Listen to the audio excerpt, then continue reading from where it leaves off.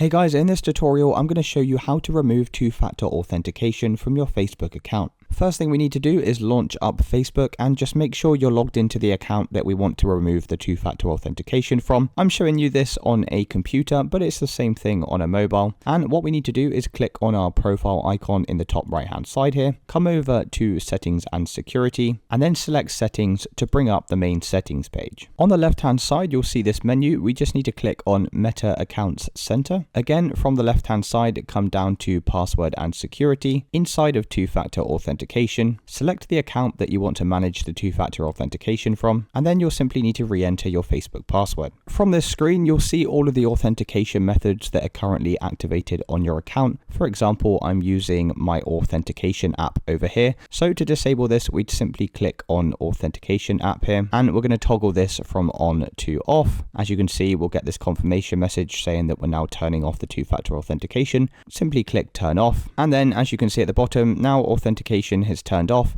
and it's literally as simple as that, guys. That's how you disable two-factor authentication on your Facebook account. If you did find this video useful, then please consider dropping a like and subscribing. Until next time.